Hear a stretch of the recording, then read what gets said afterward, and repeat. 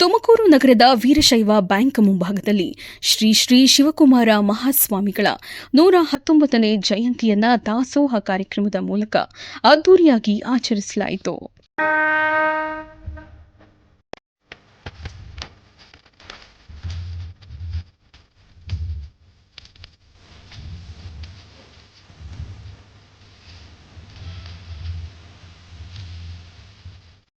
ಈ ಸಂದರ್ಭದಲ್ಲಿ ಮಾತನಾಡಿದ ವೀರಶೈವ ಬ್ಯಾಂಕ್ ಅಧ್ಯಕ್ಷರಾದ ಕೆಜೆ ರುದ್ರಪ್ಪ, ಪ್ರತಿ ವರ್ಷದಂತೆ ಈ ವರ್ಷವೂ ಸಹ ಬ್ಯಾಂಕ್ ಆವರಣದಲ್ಲಿ ನಮ್ಮ ಆರಾಧ್ಯ ದೈವವಾದ ಶ್ರೀ ಶಿವಕುಮಾರ ಸ್ವಾಮೀಜಿರವರ ಜಯಂತಿಯನ್ನ ಆಚರಿಸುತ್ತಿದ್ದೇವೆ ಎಂದು ತಿಳಿಸಿದರು. ಇದೇ ದಿನ ತುಮಕೂರಿಗೆ ಭಾರತದ ರಾಷ್ಟ್ರಪತಿಗಳಾದ ದ್ರೌಪದಿ ಮುರ್ಮುರವರು ಆಗಮಿಸಿರುವುದು ಜಿಲ್ಲೆಯ ಜನತೆಗೆ ಹಬ್ಬದ ವಾತಾವರಣವನ್ನು ತಂದಿದೆ ಎಂದು ತಿಳಿಸಿದರು. ಕೆಲವು ಅನಿವಾರ್ಯ ಪರಿಸ್ಥಿತಿಗಳ ಹಿನ್ನೆಲೆಯಲ್ಲಿ ಈ ಬಾರಿ ಸಿಹಿ ವಿತರಣೆ ಕಾರ್ಯಕ್ರಮವನ್ನು ಹಮ್ಮಿಕೊಳ್ಳಲಾಗಿದೆ.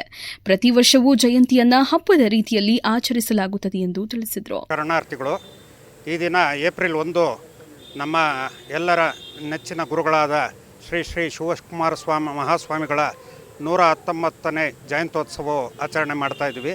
ಪ್ರತಿ ವರ್ಷದಂತೆ ನಾವು ಈ ವರ್ಷವೂ ನಮ್ಮ ಬ್ಯಾಂಕಿನ ಆವರಣದಲ್ಲಿ ಮಾಡ್ತಾ ಇದ್ದೀವಿ. ಈ ದಿನ ಸಿದ್ಧಗಂಗಾ ಮಠದಲ್ಲಿ ರಾಷ್ಟ್ರಪತಿಗಳಾದ ದ್ರೌಪದಿ ಮುರ್ಮು ಅವರು ಕೂಡ ಬಂದಿದ್ದಾರೆ. ಇದೊಂದು ನಮಗೆ ಒಂದು ಹಬ್ಬ ರೀತಿ ಆಚರಿಸ್ತಾ ಇದ್ದೀವಿ. ಅನಿವಾರ್ಯ ಕಾರಣಗಳಿಂದ ಈ ಸತಿ ಒಂದು ವಾರ ಪರಿಸ್ಥಿತಿ ಇರೋದ್ರಿಂದ ಗ್ಯಾಸು ಮತ್ತು ಇದರದ್ದೆಲ್ಲ ಸ್ವಲ್ಪ ಪ್ರಾಬ್ಲಮ್ ಆಗಿ ನಾವು ದಾಸೋಹದ ವ್ಯವಸ್ಥೆಗೆ ಸ್ವಲ್ಪ ಕುಂಠಿತ ಆಯಿತು. ಆದರೂ ಕೂಡ ನಾವು ಮಾಡಲೇಬೇಕು ಅಂತ ಹೇಳಿಬಿಟ್ಟು ಎಲ್ಲರಿಗೂ ಸಿಹಿ ಹಂಚ ಕಾರ್ಯಕ್ರಮ ಮಾಡ್ಕೊಂಡಿದ್ವಿ. ನಮ್ಮ ಬ್ಯಾಂಕಿನ ಸಿಬ್ಬಂದಿ ವರ್ಗ ಮತ್ತು ನಮ್ಮ ನಿರ್ದೇಶಕ ಮಂಡಳಿಯವರು, ನಮ್ಮ BOM ಕಮಿಟಿಯವರು ಎಲ್ಲ ಕೂಡ ಹಾಜರಾಗಿದ್ದಾರೆ. ಎಲ್ಲರಿಗೂ ಶುಭವಾಗಲಿ.